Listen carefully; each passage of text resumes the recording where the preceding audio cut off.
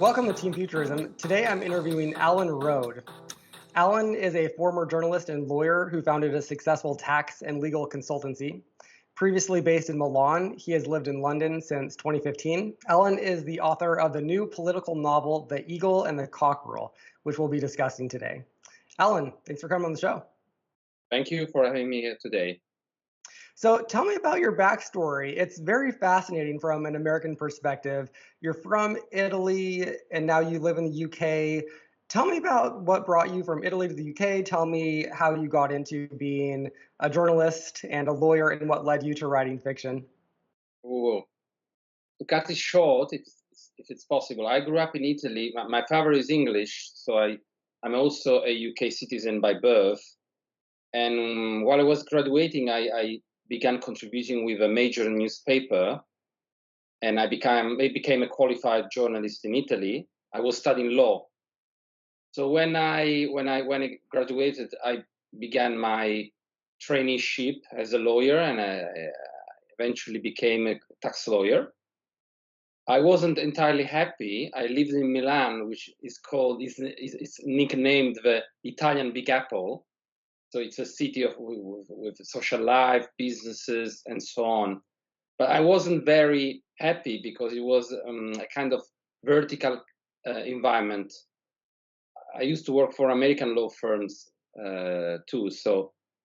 And I decided to move to the UK and start my own business, which was linked to the previous tax activities, but was focusing on online sales, on e-commerce. So it was at the border between tax consultancy and the IT sector, the digital sector. And so I moved in the UK in 2015. And then I always wanted to write a book. I wanted to write it in English, even if I grew up in Italy, and you can feel my accent. So I began writing the book, but I had a couple of false attempts, false starts, until when in 2020 I said, okay, I have this idea. It has been going on for a while. It's now or never. It had nothing to do with COVID, even if it's early 2020. And how can I say? I decided to write every day. That was my recipe. I was scared not to make it. That's a good way to prompt you in working more and harder. And I manage every day. I was able to delegate, and I'm still able to delegate part of my business. We have a 7-people team, so I'm able to delegate. And I try to, even for my second novel, which I'm preparing right now, I'm trying to have it published next year, which is about the future again. So it's the right place for me to be here today. And I managed eventually to publish my debut novel, The Eagle and the Cockerel, which is about, it's set in the future, and it's a referendum to unify France and Germany, 2 of the major European countries, within a new superpower called Charlemagny, and outside of the European Union. And this is linked to what happened in the UK. I'm speaking from the UK. I live in the UK, where we had the famous or unfamous Brexit referendum that brought the UK outside of the EU. And it's very controversial in the UK still. And in Europe, for Europeans, you used to be free to stay within the UK. And now it's getting much more complicated because there is a border between and you need a visa, a bit like the US with a green card. I don't know if it still exists, but so there is a clear connection between my novel. I want to show you the cover. I'm not trying to, I think it's because it's The Eagle and the Cockerel. So the eagle is a symbol of Germany and the cockerel is a symbol of France. So I thought, let's have 2 animals. Let's have like a fable-like title for the book. And let's have 2 animals, because I think that humans in general, okay, we tend to talk about abstract concept all the time, but we are still clinging to tangible, ancestral kind of things like animals are. And we quoted this cover designer, Nathan Barton, for a while.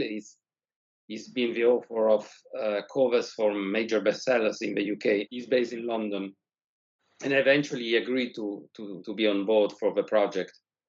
And I'm very happy. I often touch the book cover to feel whether it's true or just a dream. And now I'm writing a second book, which is not about politics. It's about a future where human beings are living indoor, without windows, without ever been outside, because the sun burned the earth. But there is a but. There are twists. It's a thriller. There is a hidden reality. So again, I'm with conspiracy theories, because my first book is based on conspiracy theories too, and the second book probably again. But it's the only common trait. It's not about politics. The book I'm trying to publish next year. So I like the future. I like writing in the future. Why? Maybe because it allows us to escape reality. If you talk about the future, you are, if not escaping, which is amplifying reality. Because we need. Sorry, I'm talking too much. Yeah, well, I mean, it is very interesting. I actually am trying to make a point of interviewing more fiction writers on this channel, because if you talk to any of the great entrepreneurs or inventors out there in the world, it all comes down to, like, at some level they were inspired by fiction. Whether this is like Elon Musk or Jack Parsons, who invented rocket fuel, like, name any of these guys, at some level they were all inspired by fiction. And so it's kind of underrated, the power that the fiction author has if they, like, get the right idea and get it out there at the right time. And sci-fi in particular is always, obviously, like, way ahead of modern technology by its very nature. So you can kind of, like, look into the future by reading fiction in a way that that I think is kind of underappreciated. So I think that's very cool. I definitely want to dive into some of the details of your novel, but before I get there, I have just a couple more, just kind of like. No spoilers. No spoilers. Okay, absolutely. And I do have a PDF copy, and I have read most of it. I have not gotten to the end yet, so I guess I can't technically spoil the end, which is good. But how common is it for someone in Europe to, country hop like you've done, to live in different countries from their birth? I feel like, from my American perspective, you kind of hear that a lot. It seems like that someone who's born here but, like, lives here and now speaks multiple languages. How common is that, would you say? It's quite common. In some cases, it's like a forced movement, forced relocation for people who are living in countries with fewer opportunities, like Eastern Europe, and in a way Italy, because Italy has a very peculiar labor market. So some people, especially from southern Italy, where the economy the nature is wonderful, the lifestyle is great, but the economy is a bit depressed in southern Italy. It's a known fact. So people move to the UK. It's getting harder to reach the UK or Germany or France, Northern Europe in general. It's common. I think it's common, like in the US, moving from one state to the other. While in Italy, for instance, it's quite. I mean, when I hear about people in the US, they have 4 children, and the 4 children live in 4 different US states. You have a man from North Carolina, and the son is living in Minnesota, and another in California. For an Italian, it's a bit weird, because Italians, they tend to stay where they grew up unless they have an economic reason to move. And it's quite hard to have an Italian with 4 children, and the children are scattered all around the country. So, but regarding Europe, it's common to have people moving. English, funny enough, even if the UK is no longer part of the EU, is the most spoken language. And alongside French, German, Spanish, Italian is not so spoken. Although, for instance, my son, who is 5 years old, here in London, the school, it's a state school, is teaching Italian as a second language. Cool. So, which surprised me. I'm very happy. He's the best in the classroom already, because we're speaking Italian at home. So But because Italy never had an empire, so differently from France or Spain, it's not spoken outside of Italy, unless if there is an area of Switzerland where it's spoken. But other than that, Italian is spoken in Italy. The opposite of English, but it's very universal language, or French, sorry, is spoken in northern Africa, and in the Middle East, like Lebanon. And German is spoken in Austria, Switzerland, besides Germany. But Italian is limited. People love the Italian language because of its musicality, right? It's spoken mostly in Italy. This is the cool thing about Europe, is that you come across as so cosmopolitan by moving from like one country to another. In America, if you move from one state to another, you don't necessarily get any like cosmopolitan cred. It's just kind of like, move to a different state. But one more kind of question about this, because I'm just genuinely curious.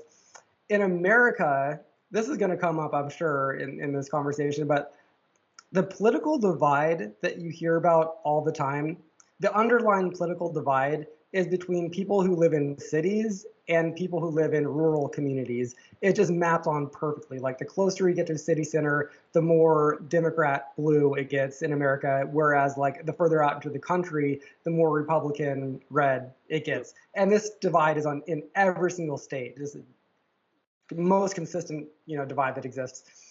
Is that the same case in Europe? So like if you are in Milan, in Italy, and you go further out from the city center, does it become more conservative, or how does that political conflict work itself out in Europe? Not really in Italy, but France, for sure. If you look at the last elections, Paris was a stronghold for the leftists, and all around was for the far right. The UK, I think it's similar. London is more Labour, while the surrounding areas were more Tories. But the latest elections, it was like a hurricane, so they don't really count as a pattern, within a pattern. But Italy, because Italy, you have major cities. Italy is too difficult to explain, and you have just major cities, Rome and Milan. But I think Italy counts, I don't know how many thousands of small towns, tens and tens, dozens and dozens of thousands. So Italy is a bit different, but it's a common pattern. The more you go towards the countryside, the more people are looking for conservation, traditions, are more, I don't want to say scared, but reluctant in embracing some reforms in various areas of life, for instance, civil rights. Yes, it's a pattern, not really in Italy, but for sure in France and the UK. And it's a bit of criticism about the US, if you allow me. I meet people from the US coming to Europe, and when I show them that I know about small towns, because I have a friend in North Carolina, for instance, and I met these guys on a train in Italy, and they were from North Carolina, and I knew small towns of North Carolina, and these guys, they didn't show the least surprise. Maybe they didn't want, or maybe they take for granted that people all around the globe know the dynamics of North Carolina. So what is your feeling about this? I'm doing the interviewer now. Maybe you are a bit self-centered as a country in a way? You would be shocked how ignorant most Americans are about not only like American geography, demographics, but global. Like it's shocking. There's a political commentator who's kind of a goofball, who I kind of like, who one time is a YouTuber who one time did a survey of like tried to name all the 50 states in America, and she could get like 20 of them, which is just like hilarious. Like it's shocking how ignorant most Americans are, and I don't know why that is, but it's very unfortunate. And yeah, I don't know. I think that it's something that like it's failure of our education. It's also just like only like 1/3 of Americans have a passport. So a lot of Americans just don't travel like at all, which is also kind of unfortunate, I would say. Because you don't have many holidays. That's a problem. Here in the UK, we have like 30 days per year of holidays, or even, but it depends how you count them. But in the US, you don't have many holidays available to travel overseas, maybe.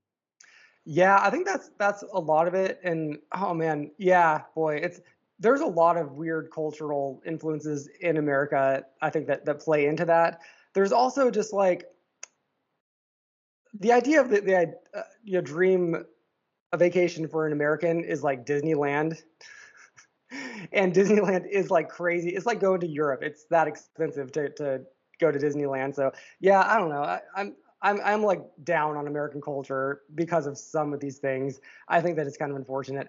But yeah, I want to get back to your book a little bit. So as I read your book, um, I would say like maybe Philip K. Dick, his book, The Man in the High Castle, comes to mind. Also, there's a little bit of Milan Kundera in there, I would say. Who are some of your literary influences that inspired this book? Oh, that's the toughest question I could receive. I believe my past as a journal, maybe more magazines like The Economist or Forbes. There is a journalistic tone throughout the book, which is intentional. And for instance, for my next book, I have dropped it. But for this book, there is a bit of a journalistic touch throughout all. For sure, important influences George Orwell, 1984. Um, and then I grew up with Italian classics, so probably without even realizing they have an impact. But I struggle.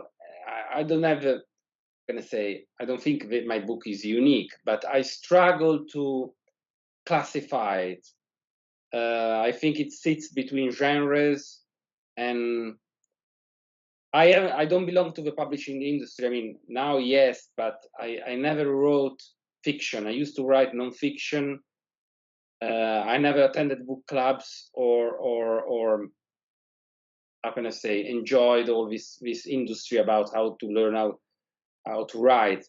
I mean, I read Stephen King's On Writing, which I think is wonderful, but I tend not to watch all the tutorials because I think they scare me, because you see hundreds of thousands of people wishing to be published, so Yeah. it scares you. So I prefer to be on my own. I read a lot in my life. I wrote a lot in my life. And so I struggle to tell you where I took inspiration. For sure, for this first book that you're reading, and I'm happy you're reading, my journalistic background played a huge role. Yeah, I can definitely tell that. So the central hook of the book, and I don't think I'm giving anything away here. It's in the description of the book on Amazon. The central hook here is that Germany and France, there's a sort of election or something. I'm not too sure, but Social media poll. there's a poll, right, on a social media platform that is called Rome. That's like a very powerful social media platform, and there's this poll taken for France and Germany to merge into a single superpower called Charlemagny. Where did this idea come from? It's a pretty fascinating idea. No, there is a bit of a historical fact behind, from which everything sprang. In 1951, the German chancellor, who was a bit like a president in the US, Konrad Adenauer, that it's quite a very important, still an important figure in Europe. He's one of the fathers, he's considered as one of the fathers of the European Union. He proposed to an American news outlet the unification of France and Germany. So it may seem wild, but you need to consider the then situation. Germany had just lost the Second World War. It was at risk of seeing all the industries dismantled. So it was on her knees. And France was in a similar situation after the Nazi occupation. So it was a way out for Adenauer to avoid seeing his country dismantled. And he made this, it's not like nowadays where you have politicians engaging in sound bites. If a guy like that said this, he believed in it. And 2 weeks after, he repeated the same concept again with the same, to the same American news outlet. But strangely enough, there is no much trace of all this. I mean, I have a transcript of this interview, it's true, but it didn't generate the kind of buzz that it would generate nowadays.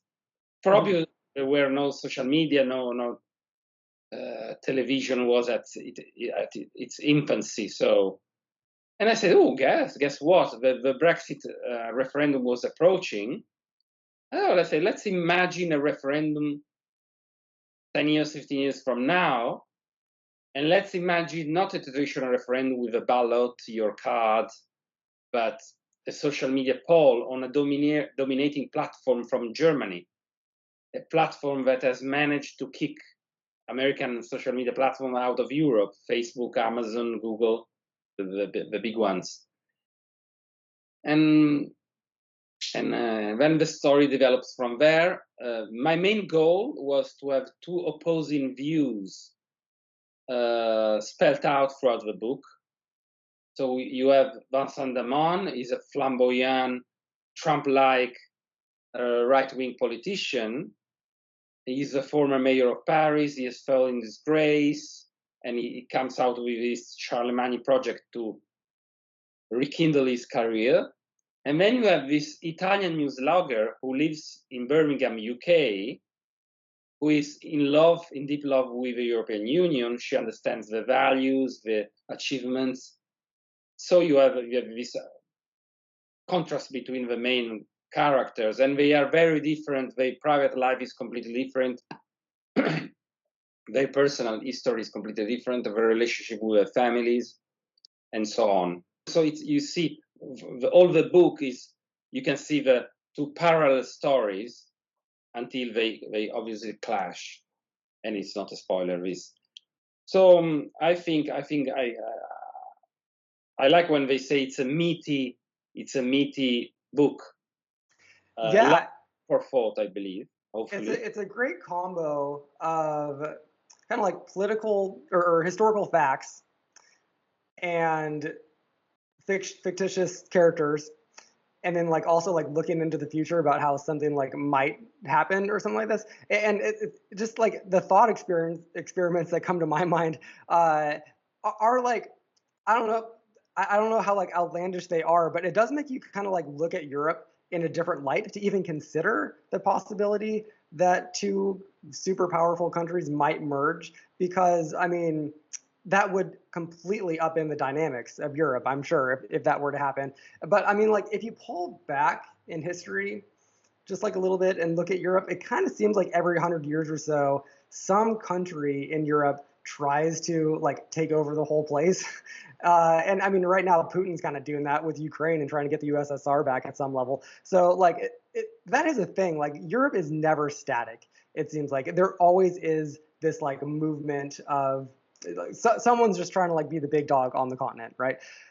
How likely is it for some radical shift like that to happen in the semi-near future, do you think? Or, I mean, do you think that Europe is going to be fairly static looking forward?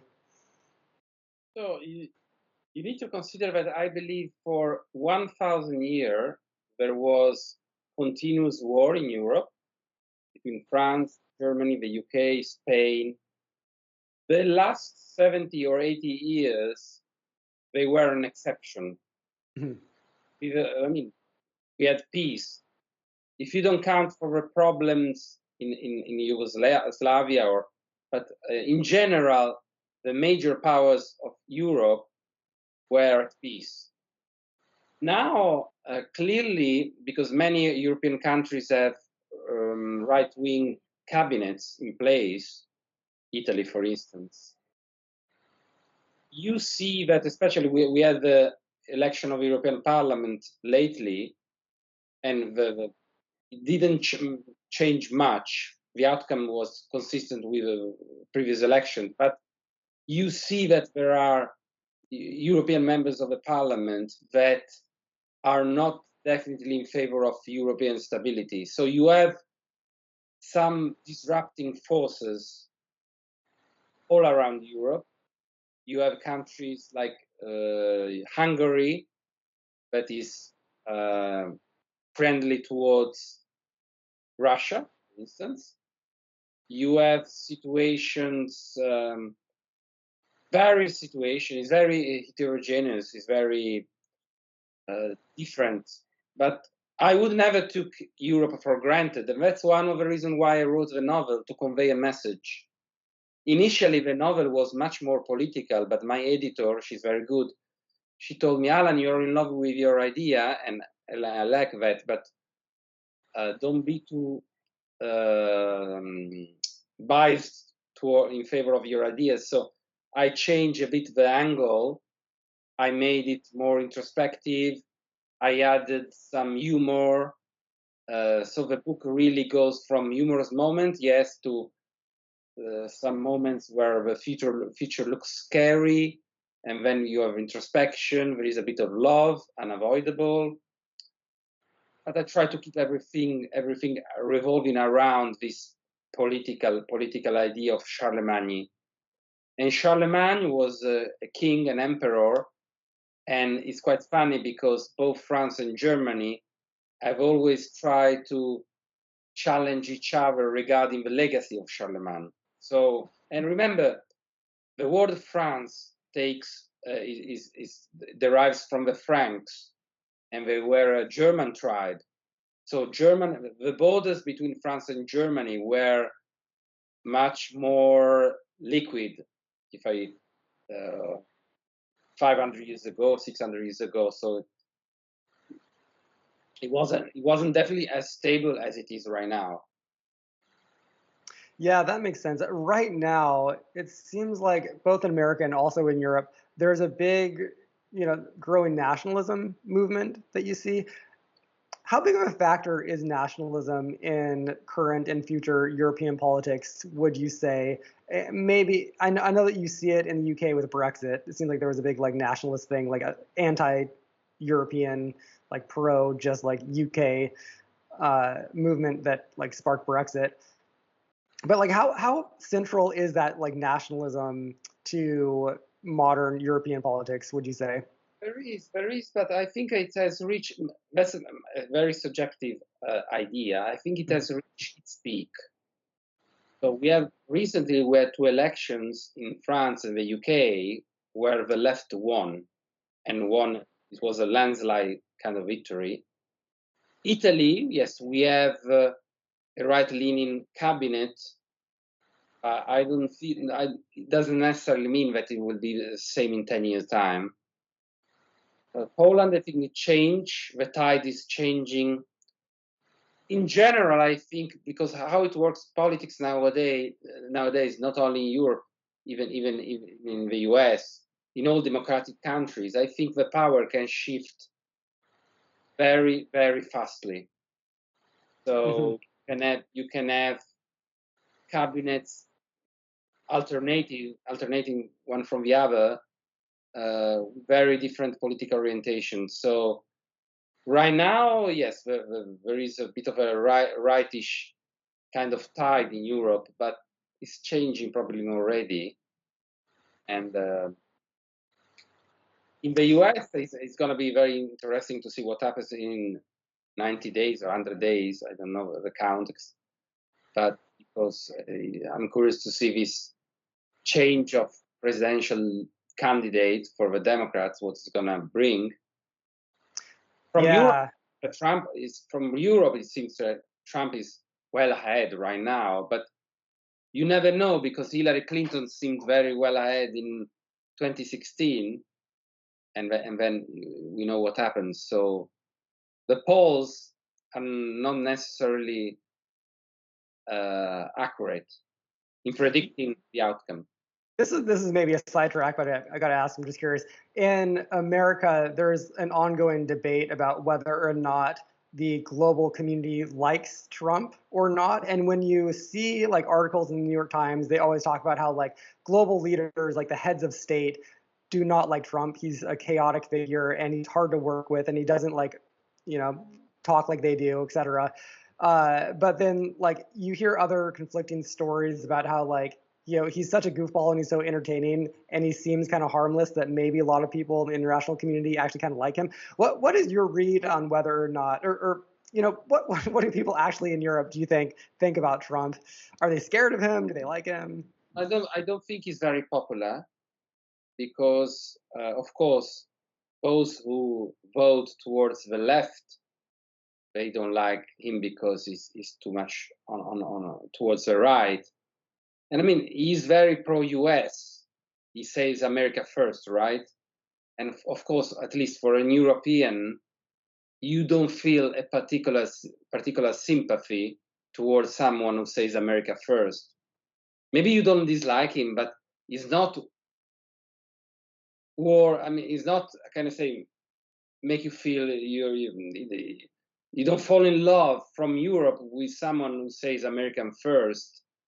Yes, he's folkloristic, he's colorful, so but it's also perceived as a bit dangerous. Yeah.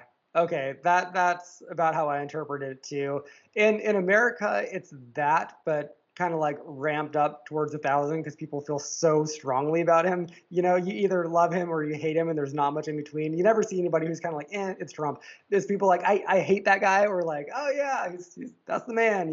It's very like super polarized, which is entertaining. I personally hope the guy goes away in November, but I guess we'll see. It will be very interesting to see.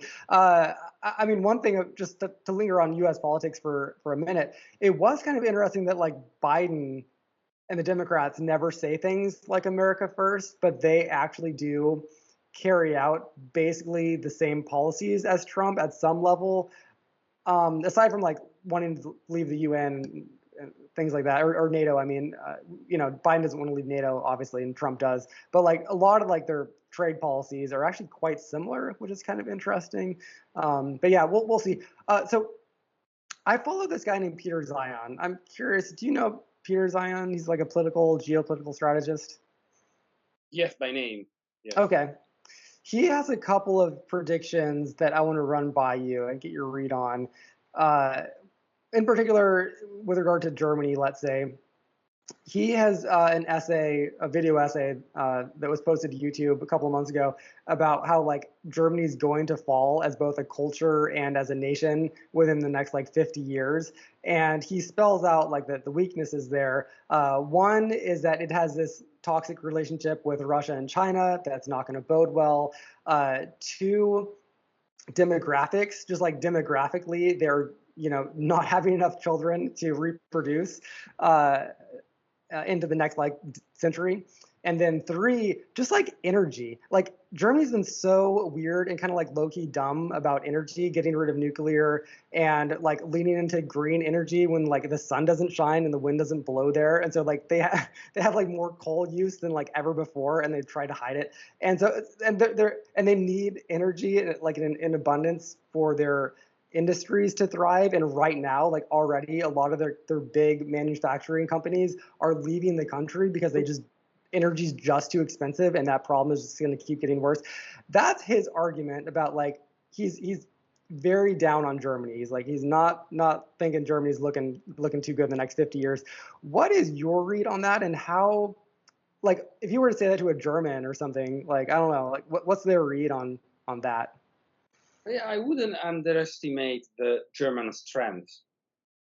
For instance, they had what they.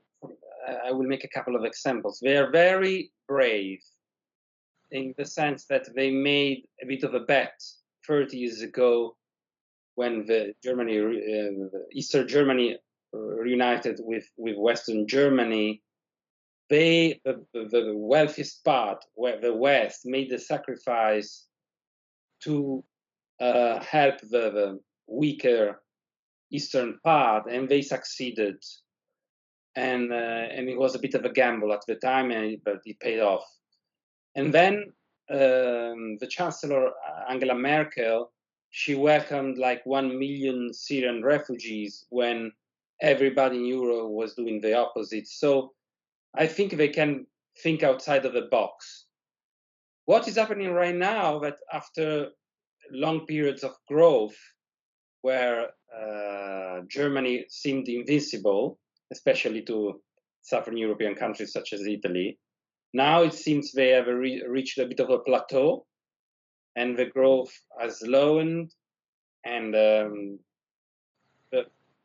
the building has some cracks, but overall the foundations are very strong. So it seems that the essay you're referring to is a bit too apocalyptic, but it's interesting. Yes, they have a problem with migration. There is a topic with migration.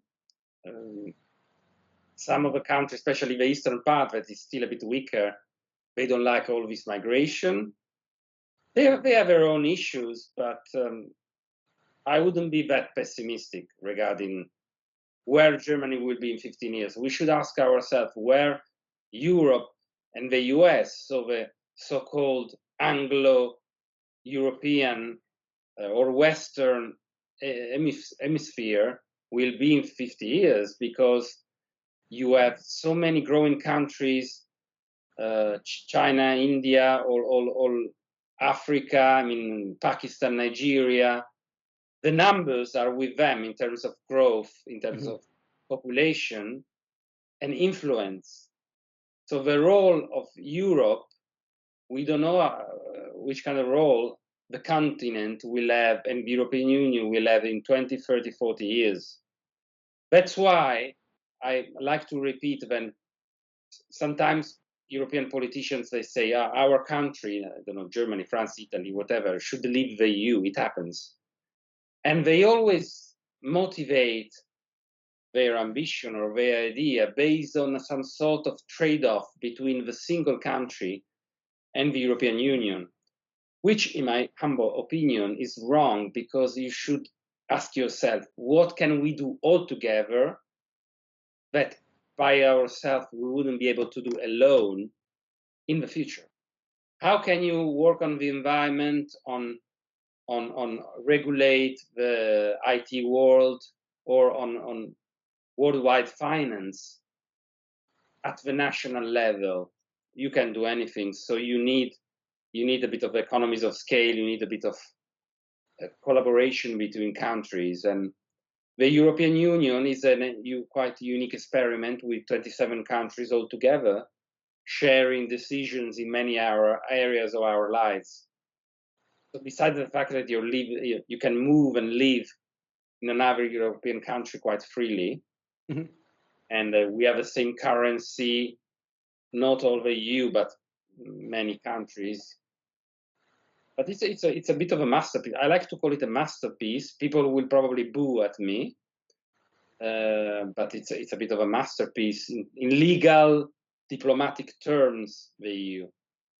Yeah, I think that if you were to poll the average American, they would have a similar take in that, in terms of Europe being a masterpiece. I think that everyone in America kind of like just felt very weird and queasy when the UK left the EU, because it was like, you guys are like one thing. Like, what you doing, UK? What are you doing? And there's always going to be weird power dynamics between the countries too. I don't have a read on how that plays out in those conflicts between the countries, but that's very interesting. I want to ask one more question about migration, because it came up. And this is something that is very central to American politics, obviously, right now. The immigration issue might even decide the upcoming election, or it's definitely going to be one of the big issues. Douglas Murray, this British writer, a couple of years ago came out with a book. I did not read it, but I've listened to some interviews of him. He said that like immigration is going to be the downfall of European culture, because so many people are coming from the Middle East because of war and other issues. But it's like millions and millions of people are coming from the Middle East, Syria, and other countries, and they're just not assimilating the way that they like culturally might need to in order to perpetuate the democratic norms of European culture, that sort of thing. And so if you get like his argument is if you get enough people who do not respect democracy and want some sort of a theocracy or something that do not respect democratic norms, that is going to lead to the downfall of those democracies at some level. And also just like there's a cultural influences that is changing the face of Europe, he might say. What do you think of an argument like that? And should Europe be pro-immigration or should they be skeptical of it, in your view? I don't think that the immigration per se is a problem. I think it's very good when people move from one country to another. I mean, it's very important. The issue is when a population closes in itself, right? I see a problem there. Of course, some countries in Europe have an issue, like France and Belgium, because there is no integration. You go, especially in France and Belgium, you have these areas like ghettos, people coming from the Middle East or Northern Africa, and there is no real connection with the other people of the same country. That's a problem, and it's one of the factors that led to many terrorist attacks the last 10, 15 years. And it's not immigration per se.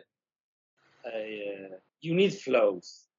You can't avoid them in the first place. Yeah. Flows are good because they bring freshness.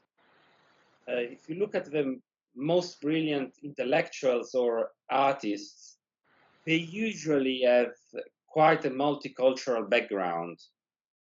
And that's good because it's like a recipe. You need more spices, and the spices make the recipe unique. So I disagree with the idea that the immigration will bring Europe down. I think it's the lack of integration that can create problems, and the lack of understanding that what is happening outside of the EU is very different. You say about Americans that sometimes they don't grasp what's going on outside of the US. I think it's the same in Europe. That is natural. I don't think that many people, many European citizens really know what's going on in China or India because they don't live there. They are unable to travel on various grounds. So it's important to welcome new flows. Of course, it's hard to regulate them. Okay, I love that argument that when you let in more immigration, that leads to more innovation, because you're totally right. Like very often the great inventors are from other countries. I mean, we see this all the time in America. Like basically all the top CEOs and entrepreneurs are, from other places. Elon Musk is a prime example. Steve Jobs also. I think his dad was from Syria, right? So yeah, I love that argument. That actually is a segue to my next question I have for you, which is integration. Don't forget your question, but there is integration. I mean, these people in 1 or 2 generations, the parents are migrants, and the children maybe become doctors.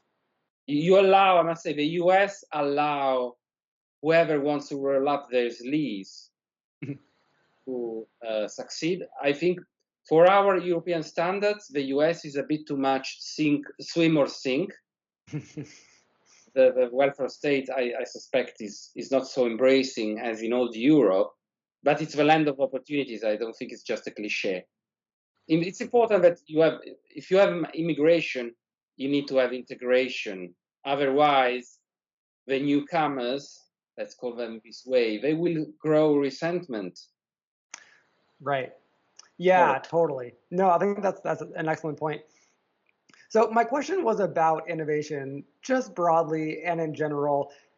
I'm sitting here, I've been working in Silicon Valley the last few years, and everyone here is just very pro, like, let's go get them, like, let's build whatever, and regulators just get in the way. Like, if you can have nuanced conversations about like what needs to be regulated or whatever, but the vibe here is very much we need to innovate, and then talk about regulation as an afterthought at some level.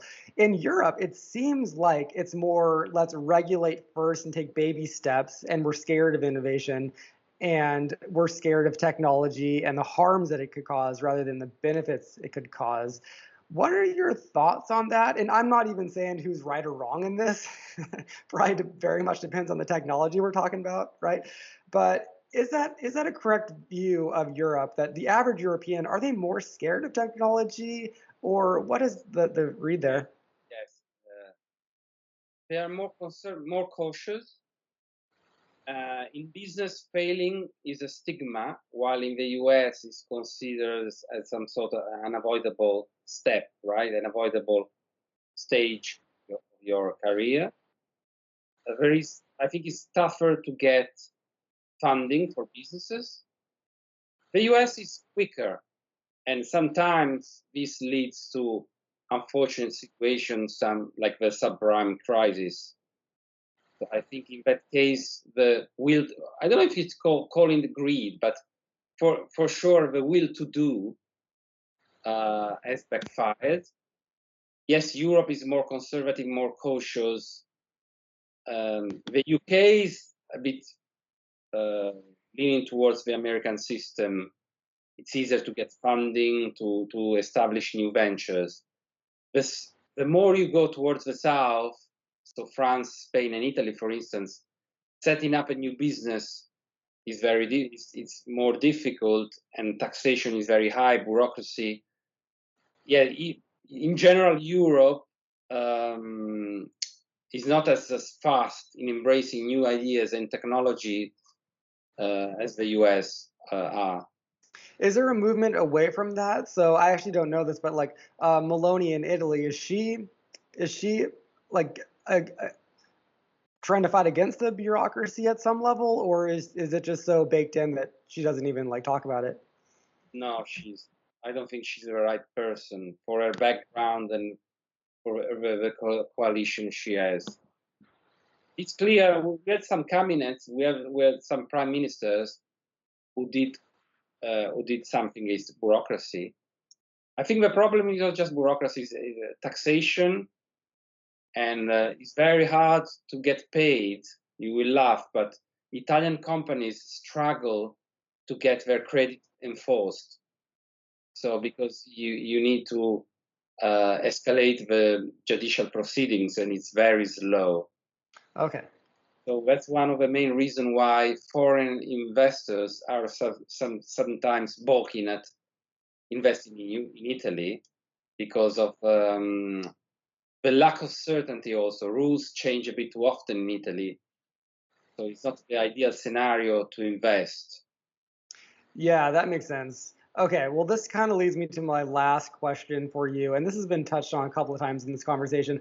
I want to talk about just lifestyle, and particularly like having more of a leisurely lifestyle. You mentioned earlier about how, of course, Europeans travel more often. We have more vacation time, and in the U.S., we work too much. I totally agree with this, and I'm obviously like very pro innovation. I am pro hard work and et cetera. But I don't think that Americans have enough leisure time. And I think that this is going to be a bigger and bigger problem in the future. If we ever do get more leisure time, our culture is not such that we know what to do with free time. I just don't think that we do. And you see, there's like a massive explosion of anxiety and depression in America. And free time doesn't help that. At some level, free time might even hurt it, because we just like sit on our phones all day and we obsess about the problems in our lives. How do Europeans, how are they culturally so successful with having more leisure time? And I'm saying this is a great thing because I think with automation and AI, we probably all will start having more leisure time. And I think that's a great thing. We just don't know in the US what to do with it, or how to deal with that healthily. Do you have any advice for how to find meaning in life, or how to just make that work to have more leisure? Yes, I'm not a mentor. I'm not Tony Robbins, but I know what I think. Yeah, I think having free time is a happy problem. So if you have enough free time that you need to find out how to fill it. So you devise ideas. What I like about Europe, and I struggle to find it in the US, at least not everywhere, people meet around bars. You have, I'm thinking of Spain, France, or Italy. You have these tiny bars. Is probably not the right way to call them, but you have these places that look outdoor places where you meet for a beer or a glass of wine and some nibbles. And even in the UK, we have the pubs, and that's very important for Italians. It's a key moment of the day, and it's quite stretched. And Spain, they have this huge nightlife. They go to dinner not every day, but like at 10 p.m. I don't know how can they work the next day and be productive. That's a big question. So yeah, I think the private space and the leisure time, it's sacred in Europe. I mean, especially in those 4, 5, 6 countries that I know better. But I believe it's the same in Greece. It's the same in Eastern Europe. It's an important part of your life. So you can just work and wait for retirement before begin traveling. So maybe yes, that's an area where the US could take a bit of an example from old Europe. I think that you're totally right. I'm glad that you took it there because I think that that's my general take too. Is that it's almost like an infrastructure problem. We kind of call it the third places. You have work and you have home, and then your third place it can be like you said, like the pub, or I mean, in America there is a thriving coffee shop scene, but a lot of coffee shops don't stay open very late, and there's no default third place to go hang out with your friends outside of your home, especially in the car culture where after work you drive into the suburbs, right, in America. So I think that you're totally right about that, and I think that that's interesting. Yeah. Well, Alan, it was great having you on the show, and really enjoyed talking about you and your book. Tell everybody what you're up to next. So I am writing a second book, and I'm trying to have it published, say, next year. It's again a thriller in the future. The underlying topic is the environment. So there is action, but there is also some philosophical aspect that it's addressed. There is a bit of conspiracy theory in the sense that there is a hidden truth that comes out at a certain point of the novel, of course. And I enjoy doing it. It's tough. I need to juggle between various duties, but it's very rewarding for me writing, and I don't know, allows you to put some order in your thoughts, probably, to have your own niche, your area where you are within yourself, and you dig into yourself. So I'm very happy about this new phase of my life where I'm writing, which started in 2020 because I told you that I became serious about my first novel in 2020, so it's just 4 years. But it's a nice chapter of my life, and I hope it's going to be a long chapter. Excellent. Well, thanks again for coming on. And yeah, I will put links down to your book down below and hope everyone checks it out. And thanks again. Thank you.